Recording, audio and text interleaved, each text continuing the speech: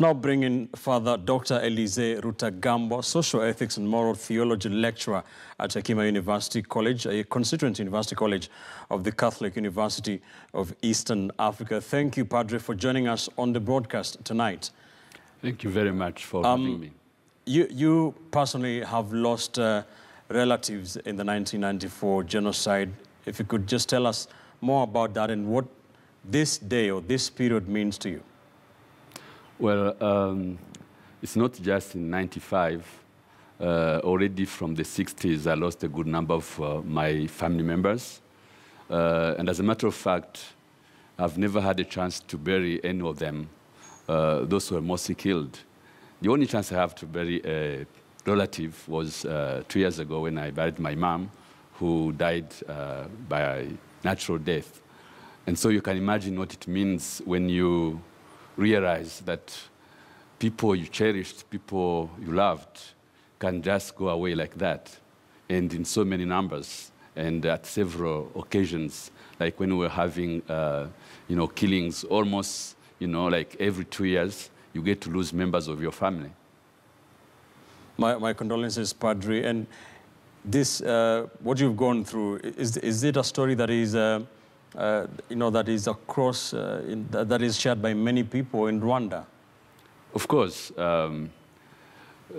Most people were born from the 1959. They have experienced this kind of thing. So you get to see that in every single family, right, people are mourning some of their relatives who perished under the killings of the same style. All right. What would you say? What would you say about those historical killings and happenings in Rwanda? The commemoration. It is the 24th commemoration today.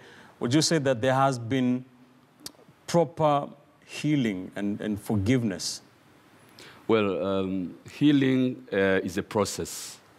Certainly, if you compare where people stood like 24 years ago and today, you get to see there is a big difference. First of all, in 94, there was a lot of desperation, and so many people were really helpless. They didn't even understand how to cope with this very situation. And the massive killings affected not only the victims, but also the families of the perpetrators had to quit the country. And so each and every single Rwandan has, to some extent, suffered the consequences of this genocide. And so we take it seriously. And this commemoration we do yearly is something that is helping us to actually engage in the process of healing. Right. Because we get to remember our loved ones, to recover their memory, to uplift their memory. Because as genocide scholars says, if you do not remember, you are actually killing the victims a second time, because you are killing their memory. You want them to disappear. And so we want to actually remember, because some of them were people who had values, who had left behind a legacy of good people, and we want this not to be forgotten. And on top of that, we also need to keep reflecting on this event. What does it mean for us as citizens? What does it mean for us as Christians? Because, as you know, the country is majority Christians. What does it mean to live in the post-genocide era? And how do we actually work out a society where people can coexist peacefully and understand that they have to really, break away from the divisions of the past. All right. And also it is educational. Yes. I wanted to ask you about what lessons, for example, Kenya can learn from the 1994 genocide against the Tutsis, but what lessons has Rwanda learned? Well, one of the most important lessons we learned from the genocide, as you remember when the genocide took place, we were completely abandoned, not only by non-Africans, but even Africans look away. And so it taught us that we need to count on ourselves and to own our policies, to own, to take take responsibility for our own history. And so that is very important. Now, some of the reasons that led to the genocide, you get to see those reasons in different countries in Africa, and Kenya is part of it. If you get to see the tribalism that is in here, I think people should think twice and get to learn from the experiences of countries who plunged deeper into the abyss of these kind of divisions, and so cherish the little unity they have and try to build on that. And of course, you cannot give a recipe because each context is different. And I trust that Kenyans are sensitive to this issue. And I was actually, in the talk I gave to university students this afternoon, I noticed they are hungry to actually play a role to avoid this kind of events to take place. All right. What would you say is that one thing that you would tell Kenyans? Like you've said, you have seen political tensions that we have witnessed in this country during election cycles a couple of times. The worst was in 2007 when more than 1,000 people were killed during the post-election violence and more than 600,000 others displaced. What would you say to Kenyans? Just like what I said previously, what I would say to my friend Kenyans, they have to take responsibility for their own history, and especially understand that we gain a lot by togetherness rather than division. And so, especially the young people should be more active to break the kind of divisions that lead to some of the events we witnessed in 2007. From what you've seen, do you think Kenya and other countries have actually learned, or are they willing to learn from what happened in Rwanda in 1994 and previously? Well, I think they are actually, acting on that. I have a chance to teach and some of the young Kenyans, and I can see how sensitive they are to these events, and some have been conducting research works to actually learn and try to see how they can contribute in terms of preventing this kind of division to lead to the kind of violence we experienced in Rwanda. And so I am confident that people have learned lessons, but again, it's not just the youth.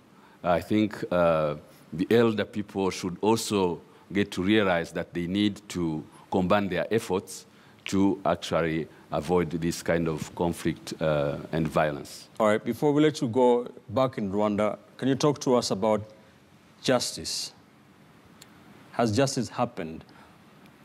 Well, justice in these kind of circumstances is quite a broad issue. It's not like the legal justice as we know it, because if you remember, in the aftermath of the genocide, we had perpetrators who, in numbers, were so many, to the extent that it was said that if you were to prosecute them, it would take more than 200 years, which means none of them will be still alive. And so if you have so many people who are involved, and yet you have to rebuild the country, you have to work out ways of not only bringing legal justice, but also bringing this restorative justice and try to reconcile people. As a matter of fact, we understood also that even though we have some responsibilities in what happened in Rwanda, but there are also some influence from outside of Rwanda.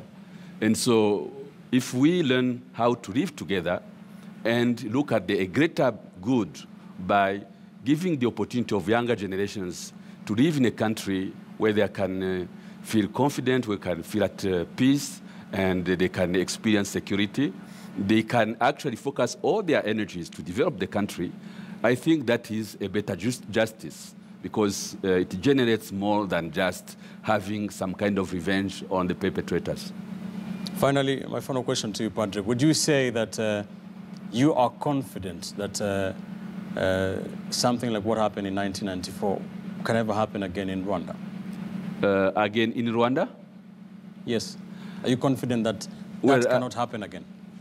Well, I think if you look at the policies in Rwanda, if you look at the institutions that are being built, and especially if you look at the energy that is put into actually preventing this type of event to happen again, I think I can feel confident.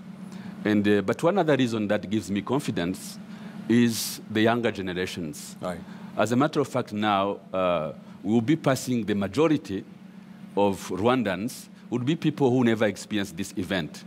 And so all energies are focused on trying to build together and to make a greater nation. And so I think I can have confidence.